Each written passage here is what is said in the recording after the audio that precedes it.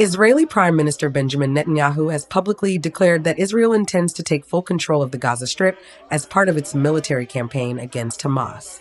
In a video posted on social media, Netanyahu stated that Israeli forces will essentially take over all of Gaza and prevent Hamas from looting humanitarian aid, promising aid deliveries to Gaza's civilian population only under Israeli control.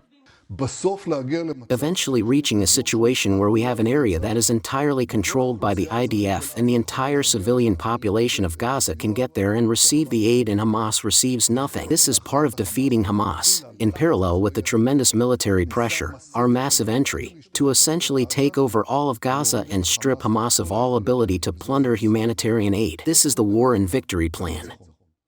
This plan comes amid intensified Israeli ground operations described by the military as Gideon's chariots, signaling an unprecedented escalation in violence.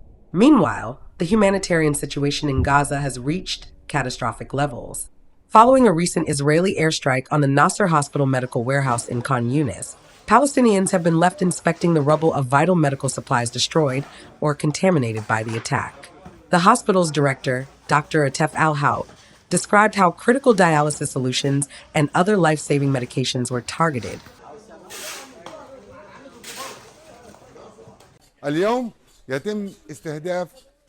Today, the stock of medical solutions for patients and the stock of solutions for kidney dialysis patients are being targeted. This simply means that kidney dialysis patients are being sentenced to death. I am now inside a medical complex. More than 500 patients who are currently inside the complex are subject to not receive health services.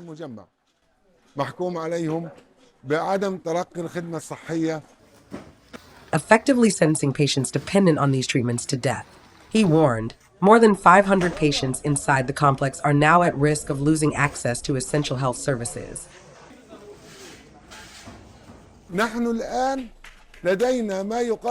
We now have nearly 30 patients in the intensive care unit, and I have 7 patients who need intensive care in the emergency room that I can't find space for.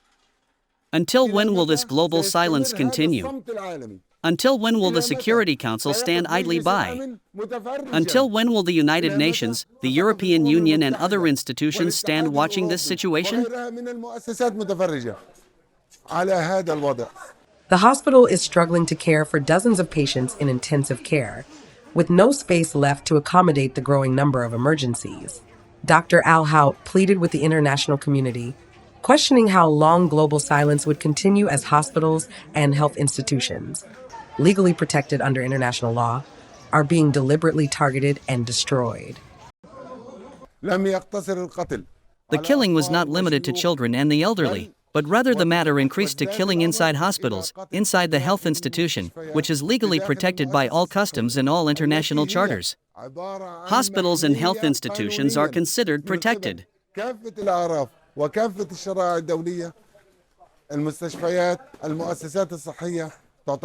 Israeli military has imposed a stringent blockade on Gaza since March, severely restricting food, medical supplies, fuel, and cooking gas, pushing the already fragile enclave of 2.3 million people to the brink of famine. The blockade followed the collapse of a ceasefire and the resumption of military hostilities after Hamas militants attacked Israeli border communities in October 2023, killing over 1,200 people and taking hundreds hostage. In recent days, Israel agreed to allow a limited flow of humanitarian aid into Gaza, with a small number of trucks carrying flour, baby food, and cooking oil crossing the Kerem Shalom checkpoint. However, the scale of aid allowed is insufficient to meet the desperate needs of the population. International aid agencies warn that Gaza's food systems have completely collapsed, exacerbated by the ongoing displacement of 90% of Gaza's residents amid relentless Israeli airstrikes and ground assaults. Since March 2nd, the comprehensive blockade that was put in place has really prevented the delivery of essential humanitarian and even commercial supplies. So that's been restrictions on everything from food, water, medical items, fuel, and cooking gas. But alongside that, I think we should all be mindful that we also are seeing mass displacements. 90% of the population in the Gaza Strip has been displaced, and often at multiple times as evacuation orders and no-go zones continue to expand. But maybe from a perspective of our organization, the Food and Agriculture Organization, we also want individuals to recognize, I think, in the public, that another driver for this reduction or this deterioration of the humanitarian situation is also because food systems have collapsed in Gaza.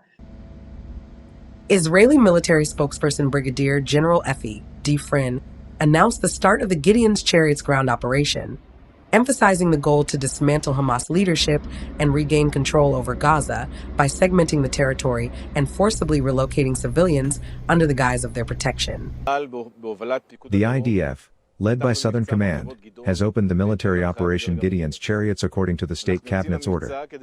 We embark upon this operation to achieve every war objective in Gaza, returning the hostages, dismantling Hamas's leadership. It is important to emphasize that we'll adjust to every possible development. We are moving to the next phase of the war, from the might and sword to the chariots of Gideon. The operation is part of the Iron Swords War. During the operation we will intensify the military control in the Gaza Strip by segmenting the strip and relocating the population for their own protection. In all areas we'll operate. Evacuation orders have been issued to residents of Khan Yunis, Bani Sahela, and the basin governorates, warning them to immediately move westward to designated areas as their homes become declared dangerous combat zones.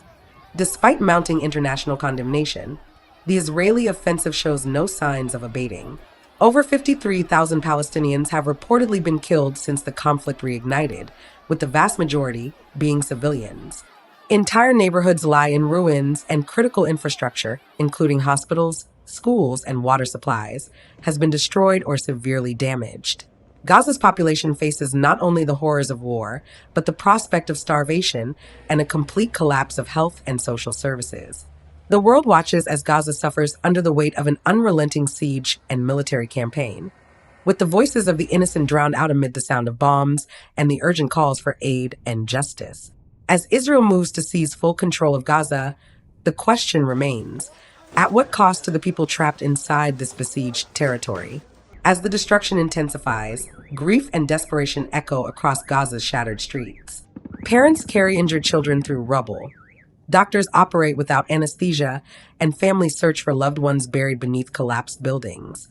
International organizations, including the UN and major humanitarian agencies, have repeatedly warned that Israel's actions may constitute war crimes, calling for an immediate ceasefire and unfettered humanitarian access. Yet diplomatic efforts have failed to halt the bloodshed. For Gaza civilians, already enduring the trauma of decades-long blockade and displacement, this latest chapter marks not just a military assault, but the near-total erasure of normal life. Their cries for justice, food, and safety remain largely unanswered by a world still hesitant to act decisively.